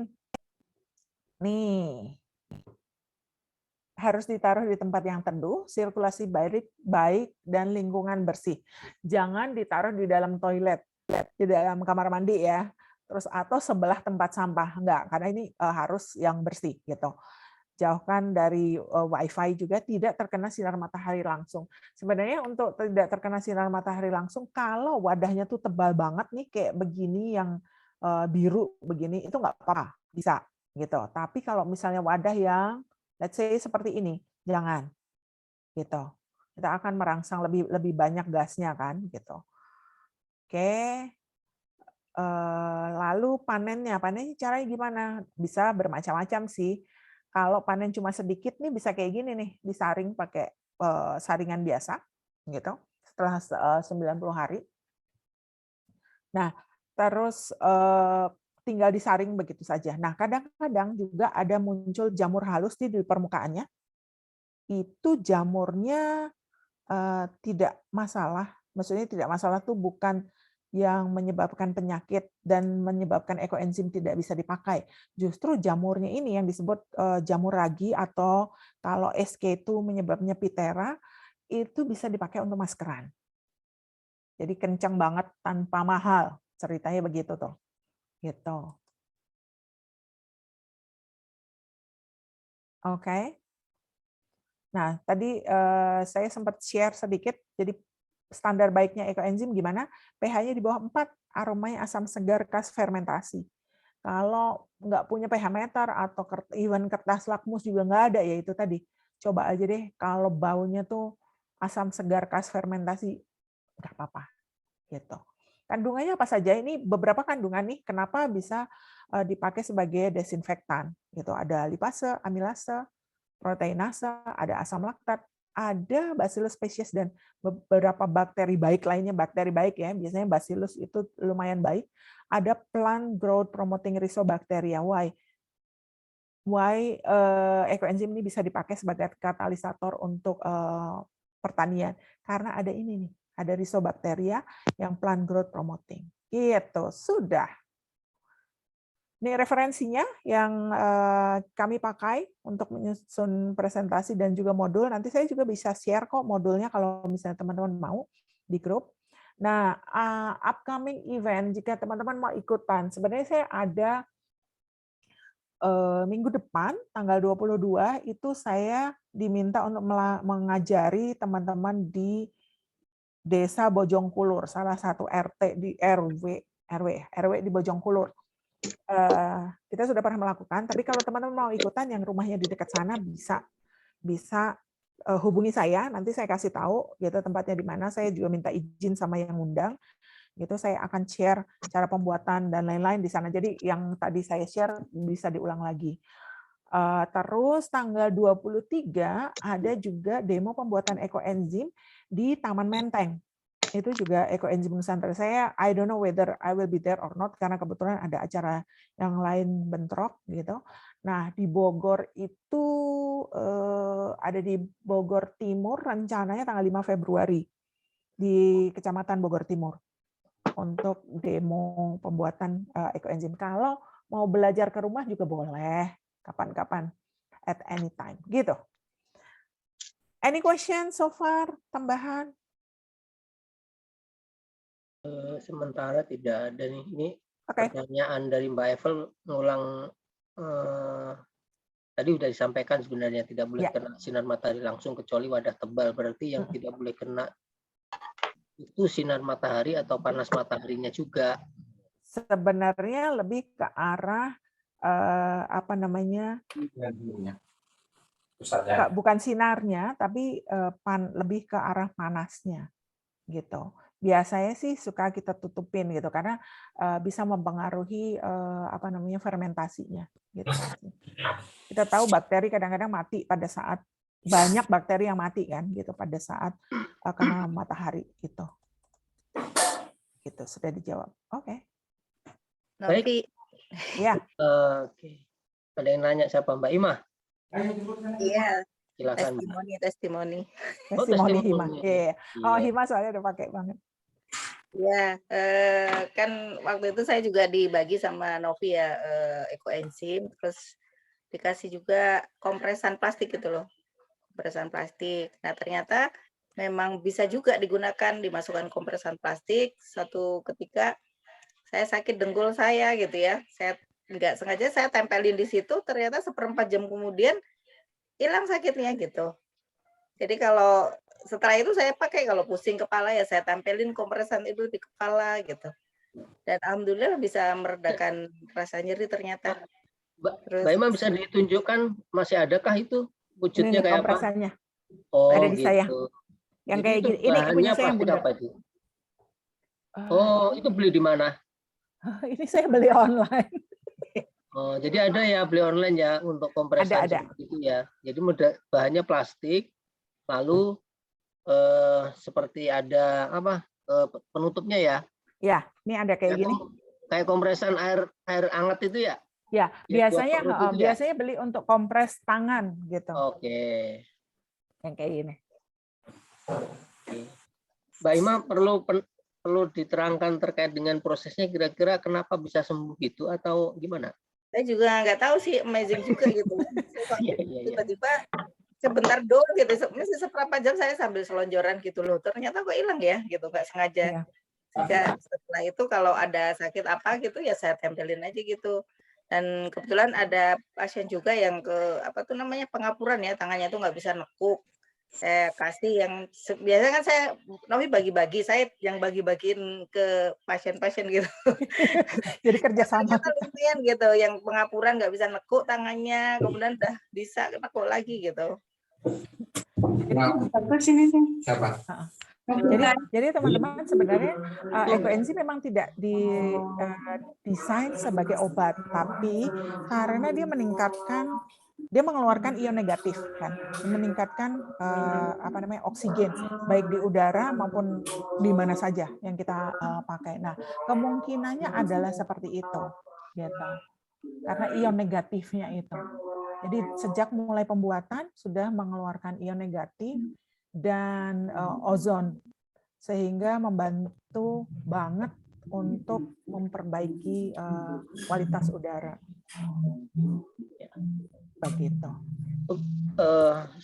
Mohon izin saya nambahkan sedikit, monggo Mas. Juga ilmunya bermanfaat. Karena memang sebenarnya ternyata Allah itu pada dasarnya menciptakan sesuatu yang lebih baik, itu lebih banyak daripada yang tidak baik. Apa enggak dengan kata-kata ini? Termasuk manusia juga sama, ternyata masih banyak yang baik dibanding yang baik. Sama dengan bakteri gitu. Bakteri itu juga sama. Sebenarnya dalam lingkungan, dalam bumi kita, jumlah bakteri baik itu jauh lebih banyak daripada yang tidak baik. Maka istilahnya, kalau petani saya sebutnya yang satunya reman, yang satunya polisi.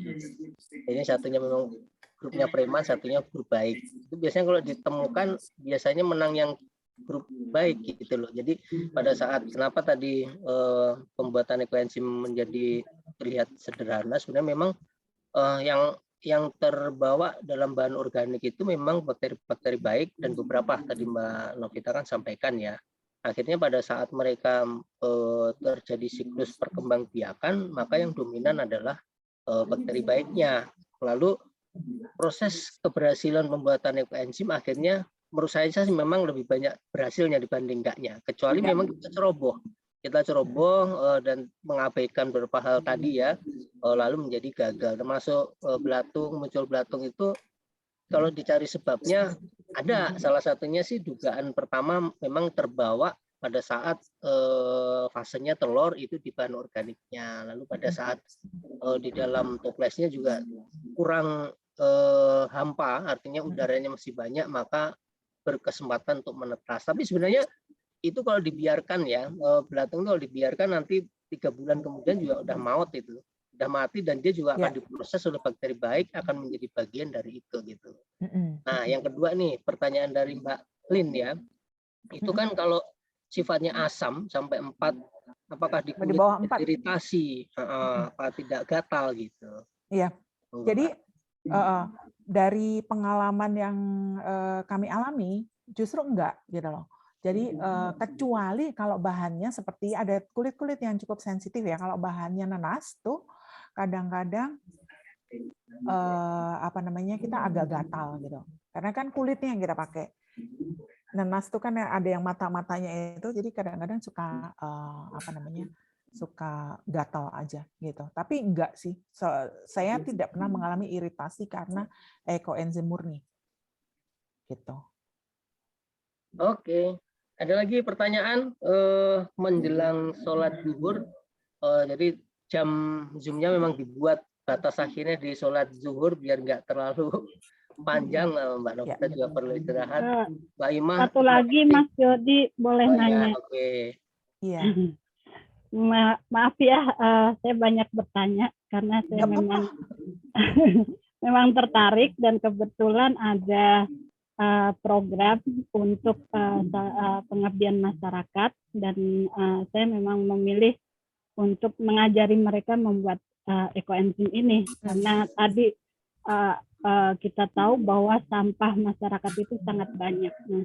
Kemudian ternyata bahwa tadi fungsinya sangat banyak sekali, itu amazing ya bagi saya. Dan tapi Mbak Novi udah cukup jelas menjelaskan apa isinya gitu ya.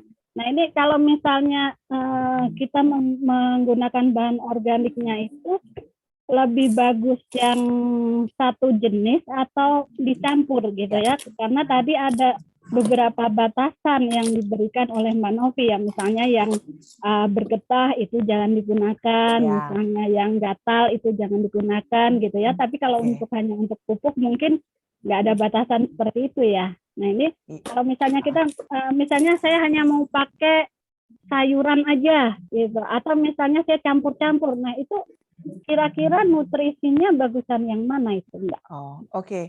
Jadi sebaiknya memang 5 bahan organik, 5 macam bahan organik. Jadi kayak misalnya jeruk tuh ya kan ada macam-macam jeruk nih. Jadi kita misalnya pakai jeruk Bali, jeruk sambal misalnya, terus jeruk peras itu udah beda kan, udah 3 tuh. Gitu. Nah, sayuran hanya boleh 20% dari total volume bahan organik. Kenapa begitu? Lebih ke arah sebenarnya bukan ke arah ini ya, terus jadi nggak bagus gitu, nggak begitu. Jadi menjadi baunya tuh kurang enak kalau terlalu banyak sayur. Coba deh kalau misalnya terlalu banyak sawi gitu, itu pasti baunya akan kurang enak gitu. Dan orang menjadi nggak suka kan jadinya. Misalnya tujuan kita kan sebenarnya lebih ke arah orang mau pakai karena baunya juga enak gitu loh. Nah, kalau lebih banyak buah itu baunya akan lebih segar gitu. Jadi saya biasanya minimal bikin 5 karena enzim yang dibuatnya akan lebih banyak, bermacam-macam gitu. Gitu Mbak Rahma. Ya, terima kasih. Tapi kalau misalnya hanya untuk pupuk itu bukan batasan kali ya? Kalau untuk pupuk, untuk misalnya pertanian. Oke, kalau untuk pupuk sebaiknya juga ada buah dan sayuran sehingga dia bisa dipakai untuk fase vegetatif dan fase generatif. Dua-duanya. Jadi saya pun yang untuk sawah saya nggak cuma pakai yang sayur doang. Jadi tetap ada buahnya. Gitu. Oke, terima kasih. Sama-sama. Ya, oke, mungkin cukup dulu ya. Kasihan yang moderator sampai pembawa narasumbernya perlu istirahat juga. Mas Jody, ini ya door prize-nya. Oh iya benar. Saya nggak usah, saya udah ada nih. Iya, saya punya 5. Door prize ada 5 dari Mbak Novita. Tapi intinya gini, ini produk ini sebenarnya kan untuk memancing gairah teman-teman, boleh ya, teman-teman juga boleh berkunjung kalau kebetulan mampir di sekitar Madaya situ ada namanya Bank Ekoenzim Nusantara. Itu di sana datang minta gitu aja, terus kemudian mau bikin sendiri gitu pasti akan dikasih ketemu Pak Latif atau Aan Budaya. Mudah-mudahan ini sebenarnya barang yang istimewa dan sebenarnya masih mudah dibuat sendiri, tetapi mudah juga untuk dibuat untuk kegiatan-kegiatan sosial dan kegiatan kemasyarakatan menurut saya. Nah, hari ini kebetulan Mbak Novita mau share ke 5 pemenang door prize-nya. Mudah-mudahan nanti bisa dikirim ke lokasi mau diundi ya. Atau gimana? Oh, nggak apa-apa. Nanti tinggal ini. Mau diundi atau gimana Mas Jody? Pakai SAP aja kali, tapi bos SAP-nya kemana tadi ya? Udah. Gampang lah. Gampang nanti SAP bisa diatur. Tentukan saja pemenangnya siapa. Boleh di chat atau mau langsung disampaikan oleh Mbak Novi, monggo. Kayaknya nanti di chat aja deh. Tadi beberapa teman yang bertanya cukup banyak gitu, kecuali udah bikin nggak usah kali ya. Kayak Esther udah aktif banget di ini. Ira kan sudah bikin kan. Nanti siapa lagi? Mbak Rahma mungkin. Terus kemudian Lin kita bisa kirim. Atau siapa ya? Siapa lagi ya? Siapa lagi Mas? Tadi aku nggak ngikutin siapa yang bertanya. Gini aja. Yang angkat tangan 5 pertama, insya Allah dikirim ya. Kecuali Mas Agus. Mas Agus nggak usah ikut angkat tangan, jauh. Kejauhan. Nanti menjadi ekoenzim termahal di dunia. Baik. Ke Mas. Nah ini udah 1, 2, 3, 4, 5. Plus. Nah, pertama Mas Arief, Mas Arya, Mbak Irawati, Mbak Nur, dan Mbak Winda. 1, 2, 3, 4, 5. Mbak Tini dan Mas Maulana agak terlambat, nggak apa-apa ya. Nanti lain waktu insya Allah dapat ilmu lagi. Ya, oke. Kalau memang perlu banget, nggak apa-apa teman-teman. Kalau misalnya ada yang memerlukan, saya ingin coba untuk detox gitu, misalnya WA saya aja, saya akan kirim, nggak apa-apa. Ya. Artinya pada prinsipnya, alhamdulillah door prize sudah terbagikan ke 5 peserta. Lalu kalau memang perlu banget, silakan kontak Mbak Novita lewat WA. Insya Allah beliau akan mengirimkan sekaligus petunjuk penggunaannya. Karena ini manfaatnya juga banyak ya. Mudah-mudahan teman-teman juga terinspirasi untuk membuat sendiri ekoenzim di rumahnya masing-masing. Gitu sih ya. Ada penutup dari Mbak Evel atau ada closing statement dari Mbak Novita, monggo. 5 menit. Dari Vita aja. Oke. Dari saya sih cuma satu, sebenarnya short one gitu, karena kita yang membuat sampah, kita yang harus bertanggung jawab terhadap sampah yang kita buat. Itu satu, dan satu lagi ya kita mulai dari kita, yang tadi Mas Jody di awal katakan, kita mulai dari kita, dari rumah kita. Jadi dari sampah rumah tangga yang kita hasilkan, itu yang akan kita kelola. Terima kasih banyak teman-teman, mudah-mudahan share saya yang short ini cukup menginspirasi teman-teman untuk membuat ekoenzim gitu. Dan sebenarnya tidak hanya untuk kebaikan kita sendiri, tapi juga berkontribusi terhadap kebaikan bumi ini. Karena kalau enggak, ini makin lama makin rusak gitu. Kita bertanggung jawab untuk masa depan anak cucu kita. Terima kasih teman-teman. Terima kasih Mas Jody. Ya, kalau bukan oleh kita, lalu sama siapa gitu ya. Intinya mudah-mudahan nanti rekaman dari kegiatan Zoom siang ini tentang ekoenzim akan di-share oleh Mbak Evel ke grup WA Jiku. Insya Allah. Atas waktunya, mohon maaf apabila ada kata-kata saya yang kurang berkenan. Mohon maaf juga apabila ada dari informasi dari narasumber yang khilaf, mohon dimaafkan. Mudah-mudahan pertemuan kita hari ini mendapatkan ridho dari Tuhan Yang Maha Esa dan kita selalu diberi kesehatan. Terima kasih dari saya kembalikan kepada yang punya warung, Mbak Evel. Monggo. Assalamualaikum warahmatullahi wabarakatuh. Waalaikumsalam warahmatullahi wabarakatuh. Waalaikumsalam warahmatullahi wabarakatuh. Novita, Evel, Jody, teman semua. Hai, ya. Makasih semuanya, makasih Mas Jody, makasih Vita. Jangan pernah bosan untuk share karena sepertinya nggak cukup ya kalau cuma sekali ini ya. Iya. Dan tadi banyak teman-teman yang meminta ada prakteknya. Ditunggu nanti jadwal kosongnya Vita sama Mas Jody. Boleh. Nanti mungkin weekend kalau ada yang mau ke Bogor gitu, pas kami juga kosong bisa sih nyoba. Barengan. Esther juga bisa tuh, katanya Esther juga aktif ekoenzim, bisa bagi untuk di daerah yang lain. Iya, katanya ikut di Jakbar ya, Esther? Ya, kan bisa untuk Jakarta juga. Enggak aktif banget sih, cuman ikut di grupnya aja.